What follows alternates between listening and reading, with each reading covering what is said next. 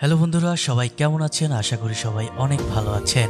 বন্ধুরা, আজকে এমন একটি অদ্ভুত শহর সম্পর্কে জানাবো যে শহরের কথা এবং ওই শহরের ঘটনা শুনলে আপনারা অবাক হয়ে যাবেন। হ্যাঁ বন্ধুরা, শহর ও জীবনে বিশাল সভ্যতায় অভ্যস্ত হয়ে গেছে আমরা, আর গোটা বিশ্বে প্রতিদিন বেড়ে উঠেছে নগর পরিধি। প্রযুক্তি ছাড়া একটা মুহূর্তে এখানে অসম্ভব মনে হয়। গোটা পৃথিবী যখন আমাদের হাতের মুঠোয় এসে গেছে, তখন পৃথিবীর অনেক জায়গায় বসবাস করছে আধুনিক সভ্যতার বিচ্ছিন্ন কিছু মানুষ, যাদের কথা হয়তো অনেকেই জানি না আমরা। হ্যাঁ বন্ধুরা, এমনই একটা শহর যার নাম হলো লারিনকোনাডা।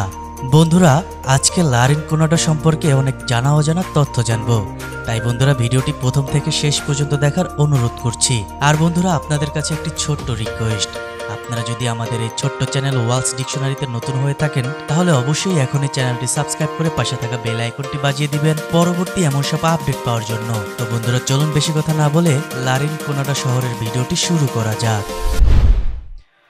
নামেই শহর হলেও একটি শহরে যেসব নাগরিক সুযোগ সুবিধা থাকার কথা তা সামান্য ছিল এই শহরে।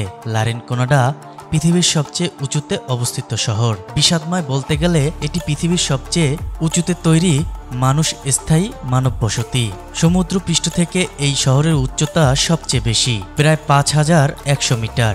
এই লারিনকোনাডায় মানুষ বছর জুড়ে বাস করে। কাগজে কলমে এইটাকে শহর বলা হয়, কিন্তু আদৌ এখানে শহরের কোনো সুযোগ সুবিধার কোনো বালাই নেই। তারপরও মানুষ এখানে গিয়ে বসবাস করে। তার একমাত্র কারণ হচ্ছে এখানকার সোনার খনি।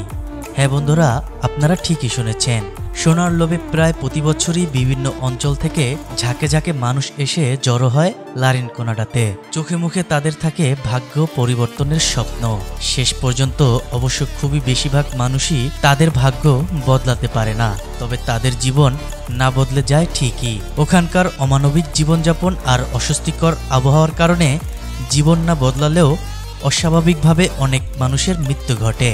লারিনকোনাডায় জীবন এতটাই কঠোর, ওখানকার আরেকটি নাম হচ্ছে পুরুষদের আবাসভূমি।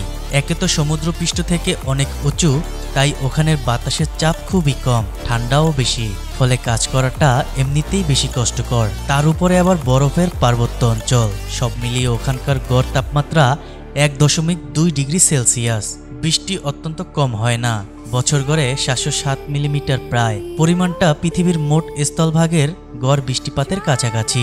আবার লারিনকোনাডায় বসবাস শ্রমিকরা যখন খনির ভিতরে ঢুকে, ওখানে আবার ভয়াবহ গরমের পরিস্থিতি তৈরি হয়। খনির ভিতরে বাতাসের আর্দ্রতা খুবই কম, তাই কাজ করার সময় রীতিমতো হাঁসফাঁস করে থাকে ওখানকার শ্রমিকেরা।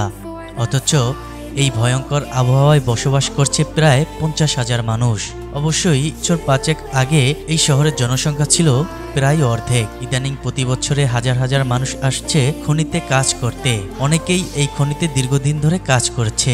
এমন লোকও আছে যারা প্রায় 20 বছর ধরে খনিতে কাজ করে আসছে। বিপুল সংখ্যক লোকের জন্য শহরটাই নেই ন্যূনতম পৌর সুবিধা।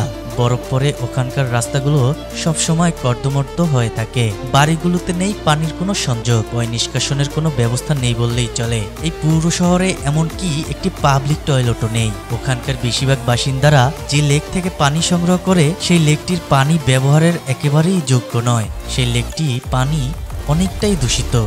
পাথর থেকে সোনা আলাদা করে যে পারদ ব্যবহার করা হয়, সেই পারদের উৎকৃষ্ট অংশগুলো জমা হয় সেই লেকে। সব মিলিয়ে এমন অস্বস্তিকর জায়গায় শ্রমিকরা প্রায় শ্বাসকষ্ট ও ডায়রিয়াতে ভোগে।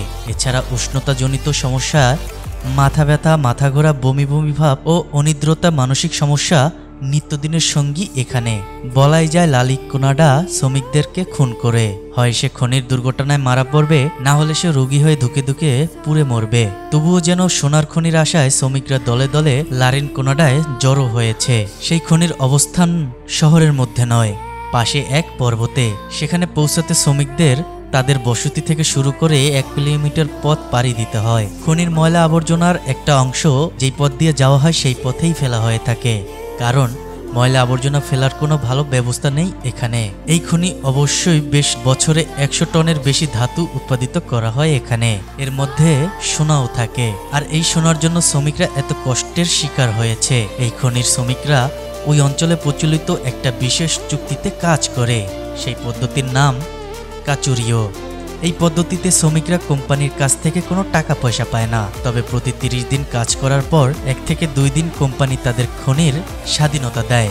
মানে ওই দিন শ্রমিকরা খনি থেকে যে উত্তোলন করবে তা সবই নিজের।